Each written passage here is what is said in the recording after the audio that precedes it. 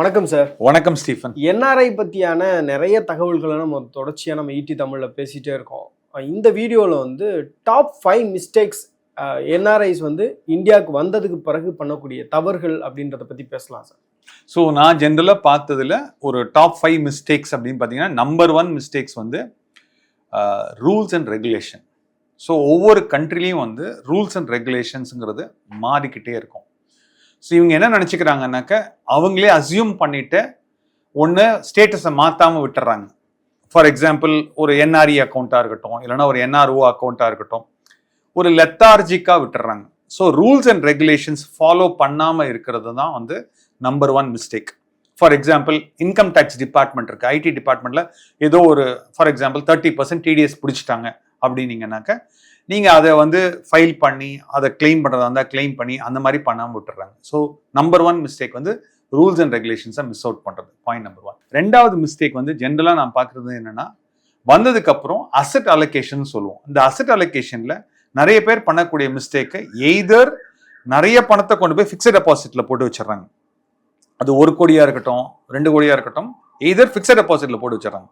இல்லைன்னா என்ன பண்ணுறாங்கன்னா, நம்ம இந்தியா வந்த உடனே எல்லாத்தையும் கொண்டு போய் ரியல் எஸ்டேட்டில் வந்து ஒரு செகண்ட் ஹேண்ட் ரியல் எஸ்டேட் வாங்குறேன், இல்லைனா ஒரு பங்களா மாதிரி வாங்குறேன் அப்படின்னு சொல்லிட்டு என்ன பண்ணிடுறாங்கன்னா, மோஸ்ட் ஆஃப் த மணியை, அதாவது ரிட்டையர்மெண்ட்டுக்குள்ள கார்பஸை கொண்டு போய் ஒரு இல்லிக்விடான ஒரு அசெட்ல கொண்டு போய் ஃபிக்ஸட் டெபாசிட்டுக்கு பதிலாக அதுதானே சார் சேஃபஸ்ட். ஸோ அதாவது நீங்கள் சேஃபஸ்ட்டுங்கிறது ஒன்று. இப்போ ஃபார் எக்ஸாம்பிள் நான் வந்து சென்னையை பற்றி எடுத்துக்கலாம்னு வச்சுக்கோங்க. சென்னையில் நான் என்ன பண்ணிட்டேன்னா, என்கிட்ட 6 கோடி ரூபா இருக்குன்னு வச்சுக்கோங்க. அங்கேருந்து கஷ்டப்பட்டு 6 கோடி நான் கொண்டு வரேன்.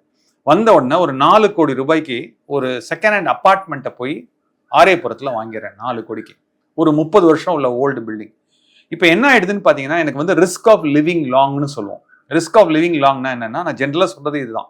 நீங்கள் 100 வருஷம் இருக்கிற மாதிரி பிளான் பண்ணிக்கங்க. திடீர்னு ஒரு சமயம் நாளைக்கே நமக்கு போகணும்னா கூட அதுக்கும் நீங்கள் ரெடியாக இருக்கணும். ஸோ இப்போ நீங்கள் ஒரு 100 இயர்ஸ் இருக்க போறேன்னா, இப்போ நீங்கள் வாங்கக்கூடிய அந்த 4 கோடி ரூபாய்க்கு உள்ள ரியல் எஸ்டேட் அது ஓன் யூஸ் தான். ஆனால் நீங்கள் 60 வயசுக்கு மேலே 4 கோடிக்கு ஒரு இடத்துல ஒரு அசெட்டை வாங்கிட்டீங்கன்னா அது வந்து மோஸ்ட் இல்லிக்விடான அசெட். உங்களால் வெறும் பாத்ரூமை மட்டும் வித்துட்டு உங்களால் எதுவும் பண்ண முடியாது. இல்லை ஒரு பெட்ரூமை மட்டும் வித்துட்டு உங்களால் அடுத்த வருஷம் பே பண்ண முடியாது. ஸோ அப்போ என்ன ஆயிடுதுன்னா, இது ஒரு தவறு வந்து பண்ணிட்டு இருக்காங்க. ஸோ அதனால நீங்கள் வந்து உங்களுடைய ரிட்டையர்மெண்ட் ஸ்ட்ராட்டஜியை ப்ராப்பராக பிளான் பண்ணுறதுங்கிறது ரொம்ப ரொம்ப இம்பார்ட்டன்ட். இது 2வது. 3வது என்ன பண்ணுறாங்கன்னா, சேஃப்டின்னு போயிட்டு அவங்களோட ரிட்டர்ன்ஸ் பார்த்தீங்கன்னாக்க, அதாவது நான் சொல்றது அல்ட்ரா ஹெச்என்ஐயோட ரிட்டர்ன்ஸ் பார்த்தீங்கன்னா, அவங்க வந்து டேக்ஸ்லாம் கட்டினதுக்கு அப்புறம் எனக்கு வந்து டேக்ஸ் ஃப்ரீ பாண்ட் அப்படின்னு நிறைய பேர் கேட்க ஆரம்பிச்சிட்டாங்க. ஏன்னா அவங்க என்ஆர்இல இருக்கும்போது என்ஆர்இ எஃப்டிக்கு டேக்ஸ் கிடையாது. இங்கே வந்ததுக்கப்புறம் என்ன கேட்குறாங்கன்னா, எனக்கு டேக்ஸ் ஃப்ரீ பாண்ட் கொடுங்கன்னு கேட்குறாங்க. ஜென்ரலாக வந்து டேக்ஸ் ஃப்ரீ பாண்ட்லாம் வந்து நீங்கள் ஒரு 15 வருஷத்துக்கு முன்னாடி கேட்டிருந்தீங்க, 10 வருஷத்துக்கு முன்னாடி கேட்டிருந்தீங்கன்னா நிறைய பேர் வந்து டேக்ஸ் ஃப்ரீ பாண்ட்லாம் கொடுத்தாங்க. NHAI அப்படி கேள்விப்பட்டிருக்கீங்களா சார்? NHA national highways authority of India அப்படின்னு ஒன்று கேள்விப்பட்டிருப்பீங்க.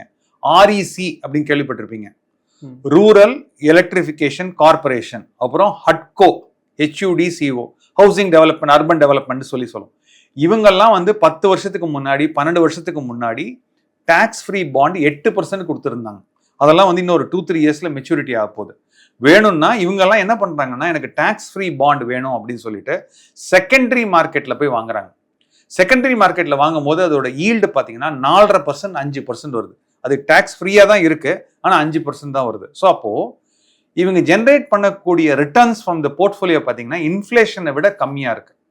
இன்ஃப்ளேஷன்ங்கிறது 2 விதமா மானிட்டர் பண்ணலாம். அப்போ பிரைமரி மார்க்கெட்ல வந்து உங்களுக்கு என்ஆர்ஐஸ்க்கு டாக்ஸ் ஃப்ரீ பாண்ட்ஸ் இப்போ கிடைக்கிறது இல்லை. இப்போ கிடைக்கிறது கிடையாது. டாக்ஸபிள் பாண்ட்ஸ் கிடைக்குமே தவிர டாக்ஸ் ஃப்ரீ பாண்ட்ஸ் கிடைக்காது. ஓகே, இது வந்து ஒரு தவறு பண்றாங்க. ஸோ அதனால இன்ஃப்ளேஷன் அட்ஜஸ்டட் ரிட்டர்ன்ஸ் பார்த்தீங்கன்னா உங்களுக்கு நெகட்டிவா இருக்கு. இன்னொன்று வந்து என்ன பண்றாங்கன்னா, ரெசிடென்சி ஸ்டேட்டஸ் அக்வயர் பண்றதுக்கு முன்னாடியே, அதாவது 182 நாள் இருந்ததுக்கு அப்புறம் தான் தேர் சப்போஸ் டு பிக்அப் த ரெசிடென்ட்டுக்குள்ள எல்லா இதுவும் பண்ணணும்.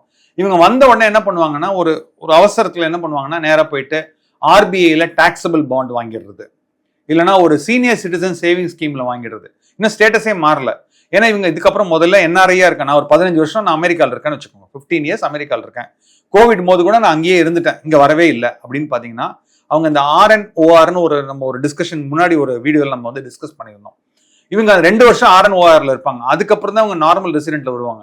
வந்த உடனே இவங்க என்ன பண்ணிடுறதுன்னா அவசரப்பட்டு சீனியர் சிட்டிசன் சேவிங் ஸ்கீம்ல இன்வெஸ்ட் பண்றது, அவசரப்பட்டு RBI டாக்ஸபிள் பாண்ட்ல போடுறது, அந்த மாதிரியான ஒரு தவறுகள்லாம் பண்றாங்க. ஸோ இது வந்து தேர்டு. நாலாவது வந்து வில் எழுத வேண்டாம் அப்படின்னு நினைச்சிடுறாங்க. வில் வந்து நம்ம எதுக்கு வில் எழுதணும், சென்னையில் வில் எழுதுனா அது வந்து ப்ரொபேட் பண்ணணும், எதுக்கு இந்த மாதிரிலாம் பண்ணணும் அப்படிங்கிற மாதிரி இருக்காங்க. பட் எனக்கு தெரிஞ்சு நான் வந்து ஒரு NRI உங்ககிட்ட ஒரு சைசபிள் அமௌண்ட்டாக இருக்குன்னா வில் எழுதுறதுல எந்த விதமான தவறும் கிடையாது. அதை ரெஜிஸ்டர் பண்ணணுங்கிற அவசியம் கிடையாது.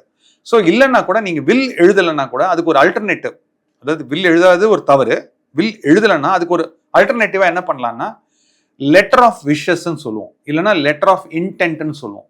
இது எப்படின்னா ஒரு சமயம் எனக்கு ஏதாவது ஆயிடுச்சு இல்லை அப்படின்னீங்கன்னா இந்த லெட்டர் ஆஃப் விஷஸ்ங்கிறது என்கிட்ட இருக்கிறது இந்த மாதிரி விஷயம்லாம் இருக்கு, இதெல்லாம் நீங்க பண்ணுங்க அப்படின்னு ஒரு ரஃபா ஒரு பேப்பர்ல எடுத்து நீட்டா செக்ஷன் பை செக்ஷனா எழுதி வைக்கிறதுங்கிறது ரொம்ப ரொம்ப இம்பார்ட்டன்ட். ஸோ NRIஸ் நீங்க வந்து திரும்பி வரீங்க, ஒரு பெரிய அமௌண்ட்டோட வரீங்க அப்படின்னீங்கன்னா, ஒரு பெரிய கார்பஸோட வரீங்கன்னா இதெல்லாம் பண்ணணும்.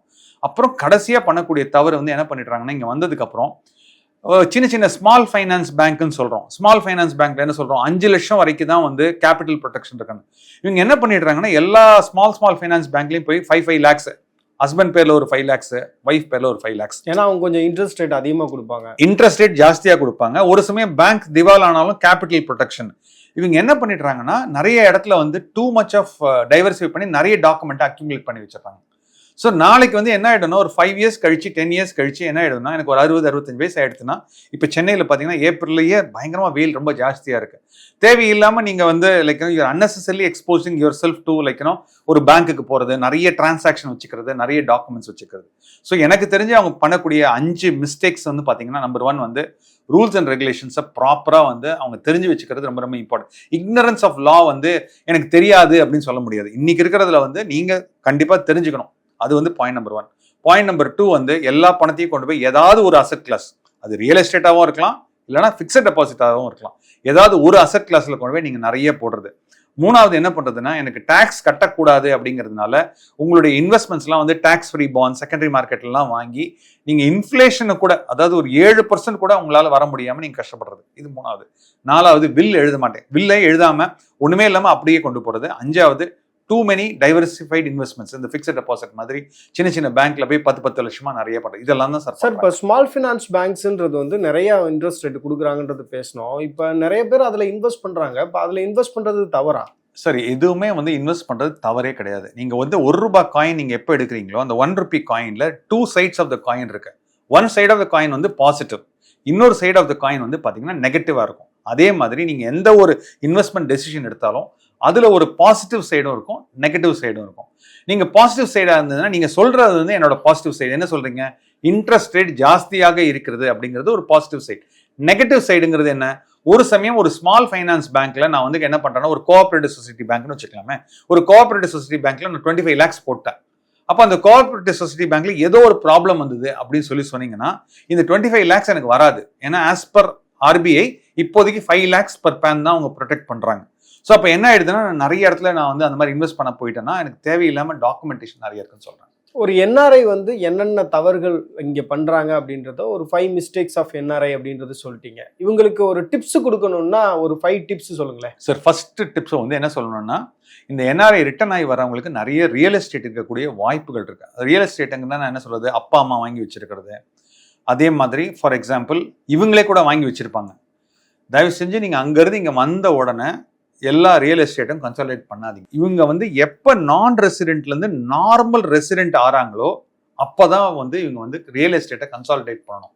ஏன் அந்த மாதிரி பண்ணணும், ஏன் அப்படி பண்ணக்கூடாது, ஏன் அப்படி பண்ணணும் அப்படின்னு கேட்டீங்கன்னா, நீங்க NRI-யா இருந்து ரியல் எஸ்டேட்டை வித்தீங்க அப்படின்னீங்கன்னா உங்களுக்கு 20% TDS. வேறஸ் நீங்க ரெசிடென்ட் ஆயிட்டு நீங்க பண்ணீங்கன்னா இந்த ரெஸ்ட்ரிக்ஷன் கிடையாது. இது வந்து number 1 tip. Number 2, real estate சம்பந்தப்பட்டதுல நம்பர் 2 டிப்ஸ். என்கிட்ட வந்து ஒரு பர்டிகுலர் அசெட் இருக்கு. அந்த பர்டிகுலர் அசெட் வந்து நான் என்ன பண்ண போறேன்னா, நான் இருக்கிற வரைக்கும் நான் யூஸ் பண்ணணும்னு பாக்குறேன். அதுக்கப்புறம் என்னுடைய ஸ்பௌஸ் வந்து யூஸ் பண்ணணும்னு பாக்குறாங்க. அதுக்கப்புறம் தான் என்னோட சில்ட்ரனுக்கு கொடுக்கணும் அப்படின்னு நீங்க முடிவு பண்ணீங்கன்னா, இதுக்கு தகுந்த மாதிரியா நீங்க ஒரு செட்டில்மெண்ட் டீட் போடலாம். அப்படின்னா என்கிட்ட இருக்கிறது ஒரே ஒரு பிரைமரி ப்ராப்பர்ட்டி. அந்த பிரைமரி ப்ராப்பர்ட்டி தாம்பரத்துக்கு பக்கத்துல நான் வந்து ஒரு 1 ground ப்ராப்பர்ட்டி வச்சிருக்கேன். அந்த 1 ground வந்து ஒரு 2 கோடியோ 3 கோடியோ போகுதுன்னு வச்சுக்கலாமே. ஸோ நான் அவசரப்பட்டு இந்த ப்ராப்பர்ட்டியை வந்து உடனே என்னோட லீகல் ஹேருக்கு கொடுக்காம லீகல் ஹேர்னா என்னோட பசங்களுக்கோ பொண்ணுங்களுக்கோ கொடுக்காம, ஏன்னா ரிஸ்க் ஆஃப் லிவிங் லாங்கே நம்ம வந்து அட்ரஸ் பண்ணுவோம். ஸோ அவங்களுக்கு கொடுக்கக்கூடிய டிப்ஸ் வந்து என்னன்னாக்க, யார் ஃபர்ஸ்ட் போவா யார் செகண்ட் போவாங்கிறது தெரியாது. இந்த மாதிரியான ஒரு சுச்சுவேஷன்ல அவங்க என்ன பண்ணலாம்னா, ஒரு settlement deed in favour of spouse எழுதிட்டு அதுக்கப்புறமா சில்ட்ரனுக்கு போற மாதிரி. இது எதுவுமே ஃப்ரீயா பண்ண முடியாது. இது எது பண்ணாலுமே உங்களுக்கு பைசா செலவாகும். அரசாங்கத்துக்கு மட்டுமே ஒரு 40,000 45,000 நீங்க வந்து அரசாங்கத்துக்கு மட்டுமே கட்டணும். இந்த செட்டில்மெண்ட் டீடை நீங்க பண்ணணும் அப்படின்னு சொன்னீங்கன்னாக்கா, இல்ல கிஃப்ட் டீடுன்னு கூட சொல்லலாம். கிஃப்ட் டீட் செட்டில்மெண்ட் டீடுன்னு சொல்லலாம். அந்த மாதிரி பண்ணும்போது ஒரு லாயர் கிட்ட நீங்க எங்கேஜ் பண்ணி பண்ணீங்கன்னா அதுக்கும் வந்து ஒரு 5,000 ஆகலாம், 10,000 ஆகலாம். இந்த மாதிரி பண்ணும்போது என்ன ஆயிடுதுன்னு பாத்தீங்கன்னா, உங்களுடைய பிரைமரி அசெட் வந்து ஒரு பர்டிகுலர் இதுல வந்து ஹோல்ட் ஆயிடுது. நம்ம இதை பத்தி கூட நம்ம ஒரு 2-3 வீடியோ வந்து பார்த்திருந்தோம். யாரை பத்தி பார்த்திருந்தோம்னா, இந்த ரேமன்ஸ்ன்னு சொல்லிட்டு ஒரு வீடியோ பண்ணியிருந்தோம். அவர் வந்து அவசரப்பட்டு வந்து எல்லாத்தையும் தூக்கி பையன்கிட்ட கொடுத்துட்டு அதனால என்ன பிரச்சனை வந்ததுன்னு சொல்லிட்டு. ஸோ முதல் டிப் வந்து நான் சொல்றது வந்து என்னன்னா, ரியல் எஸ்டேட் அவசரப்பட்டு விற்காதீங்க. ரெண்டாவது டிப்பு, உங்களுடைய பிரைமரி ரெசிடென்ஸ்ன்னு சொல்றேன் பாத்தீங்களா, அந்த பிரைமரி ரெசிடென்ஸை வந்து நீங்க என்ன பண்ணுங்கன்னா, செட்டில்மெண்ட் டீடோ இல்லைன்னா ஒரு கிஃப்ட் டீடோ போட்டு உங்களோட லைஃப் டைமை கவர் பண்ணுங்க. இது ரெண்டாவது. மூணாவது ரொம்ப ரொம்ப இம்பார்ட்டன்ட் வந்து என்னன்னா, SWPன்னு ஒரு ஸ்ட்ராட்டஜி இருக்கு. SWPங்கிற ஒரு டிப் இருக்கு. அது என்னன்னு கேட்டீங்கன்னாக்கா, எல்லாத்தையும் கொண்டு போய் ஈக்விட்டி மார்க்கெட்ல போடணும் அப்படிங்கிற அவசியமே கிடையாது. ஒரு பேலன்ஸ்ட் அட்வான்டேஜ் ஃபண்ட் இல்லைன்னா ஒரு மல்டி அசெட் ஃபண்ட் அப்படின்ற மாதிரி ஒரு இது இருக்கு. அதுல வந்து பாத்தீங்கன்னா அந்த ஈல்டு வந்து பாத்தீங்கன்னா கிட்டத்தட்ட 7%, 8%, 9% வரைக்கும் நீங்க வந்து லாங் டேர்ம்ல நீங்க ஜென்ரேட் பண்ணலாம். ஏன்னா நீங்க இன்னைக்கு ஒரு ரெசிடென்ஷியல் ரியல் எஸ்டேட் வாங்குனீங்க, அதாவது வீடை வந்து வாடகைக்கு விட்டு தான் கட்டணும். பாத்தீங்கன்னா சென்னையை பொறுத்த அளவுக்கு 2%, 3% மேல உங்களுக்கு ரெண்டல் ஈல்டு வரது கிடையாது. ஸோ இந்த SWP ஸ்ட்ராட்டஜி பண்ணீங்கன்னா, எங்கிட்ட 1 கோடி தான் இருக்கு அப்படின்னீங்கன்னா, நீங்க 75,000 ரூபாய் பெர் மந்த் கூட நீங்க வந்து என்ன பண்ணலாம்னா SWP ஸ்ட்ராட்டஜியில நீங்க வித்ட்ரா பண்ணலாம். இது மூணாவது. நாலாவது ரொம்ப ரொம்ப இம்பார்ட்டன்டான டிப் வந்து என்னன்னு பாத்தீங்கன்னாக்கா, நீங்க வந்து 1 கோடி தான் இருக்கு, 1.5 கோடி தான் இருக்குன்னா, நீங்க அரசாங்கத்தை நம்பி தான் நீங்க இன்வெஸ்ட் பண்ணணும்னா, நீங்க ஒரு ரெசிடென்ட் ஆயிட்டீங்கன்னா கண்டிப்பாக சீனியர் சிட்டிசன் சேவிங் ஸ்கீம்னு சொல்றோம். அதுல பாத்தீங்கன்னா கிட்டத்தட்ட 30 லட்சம் ரூபாய் உங்க பேர்லயும் ஜாயிண்டா கூட நீங்க வந்து போட்டுக்கலாம். அதுக்கு மேல RBIல டாக்ஸபிள் பாண்டுன்னு சொல்றோம். அந்த டாக்ஸபிள் பாண்ட் இன்ஃபிளேஷன் கூடிச்சுன்னா ஆட்டோமேட்டிக்கா வந்து அந்த ரேட்டும் கூடும். இன்ஃபிளேஷன் கம்மியாச்சுன்னா அதுவும் கம்மியாகும். இதை பேஸ் பண்ணிட்டு ரொம்ப ரொம்ப இம்பார்ட்டண்டா 12 lakhs per pan, இதை பத்தி கூட நம்ம ஒரு வீடியோ கவர் பண்ணியிருந்தோம். ஒரு வீடியோல டீட்டெயிலா கவர் பண்ணியிருந்தோம். ஸோ அந்த 12 lakhs per annum கூட அவங்க வந்து பண்ணலாம். இது நாலாவது. அஞ்சாவது வந்து என்னன்னா, இங்க ஒன்ஸ் நீங்க ரெசிடென்ட் ஆயிட்டீங்கன்னா கண்டிப்பாக இன்கம் டேக்ஸ் வெப்சைட்ல போயிட்டு உங்க யூசர் ஐடி, பாஸ்வேர்டு, வருடத்திற்கு ஒரு முறை நீங்க வந்து அந்த AIS அண்ட் TIS கரெக்டா டவுன்லோட் பண்ணி, அதே மாதிரி உங்களோட நம்பர் ஆஃப் டாக்குமெண்டேஷன் சொல்லுவேன், அந்த டாக்குமெண்டேஷனை ஒரு 10ல இருந்து 15க்குள்ள நீங்க மெயின்டைன் பண்ணீங்கன்னாக்க உங்களுடைய பில்டிங் லெகசின்னு சொல்லுவோம். அதாவது அடுத்த தலைமுறைக்கு ஒரு லெகசியை கொடுத்துட்டு போறது ரொம்ப ஈஸியா பண்ணிட்டு போலாம்னு சொல்லுவாங்க. சார், இப்போ ஒரு NRI வந்து இந்தியாவுக்கு வந்துட்டாரு, இந்தியாவுக்கு வந்து செட்டில் ஆயிட்டாருன்னு வச்சுக்கோங்களேன். இப்போ அவர் வந்து NRI அக்கௌண்ட் வச்சிருக்காரு. NRI அக்கௌண்ட்ல வந்து ஃபிக்ஸ்டு டெபாசிட் வந்து போட்டு வச்சிருக்காரு. இப்போ அவர் இந்தியாவுக்கு வந்ததுனால இந்தியன் ரெசிடெண்டா அவர் இருக்கிறாரு. இப்போ இருக்கும்போது அந்த NRI அக்கௌண்ட்ல இருக்கக்கூடிய FD அப்படின்றது வந்து டாக்ஸபிளா இல்லை நான் டாக்ஸபிள்? இதுக்கு வந்து till the date he becomes a resident, அதாவது என்னைக்கு அவர் ரெசிடென்ட் ஆறாரோ அதுக்கு முன்னாடி வரைக்கும் உள்ள அவ்வளவு இன்ட்ரெஸ்டும் நான் டாக்ஸபிள் சார். ஆனா என்னைக்கு அவர் ரெசிடென்ட்டா மாறுறாரோ, the day he is becoming a resident, he will automatically he has to pay taxes as per normal. இது ஸோ நீங்க NRI ஸ்டேட்டஸா இருக்கிற வரைக்கும் தான் உங்களுக்கு NRI FDலேருந்து வரக்கூடிய அவ்வளவு இன்கமும் வந்து டாக்ஸ் ஃப்ரீ. ஆஃப்டர் தட் இங்க எப்போ ஸ்டேட்டஸ் மாறுதோ automatically it become taxable. Thank you sir. நிறைய விஷயங்கள் பேசியிருக்கோம். குறிப்பாக வந்து 5 மிஸ்டேக்ஸ் ஆஃப் NRI பேசியிருக்கோம். அவங்களுக்கு ஒரு 5 டிப்ஸும் கொடுத்துருக்கீங்க. அது மட்டும் இல்லாமல் நிறைய கேள்விகளும் நம்ம அட்ரஸ் பண்ணியிருக்கோம். தேங்க்யூ. நன்றி சார். வணக்கம். மேலும் ET தமிழ் சேனல்ல வரப்போகும் பிசினஸ் மற்றும் அது ரிலேட்டடான வீடியோவை பார்க்க உடனே கீழே இருக்க சப்ஸ்கிரைப் பட்டனை கிளிக் பண்ணுங்க.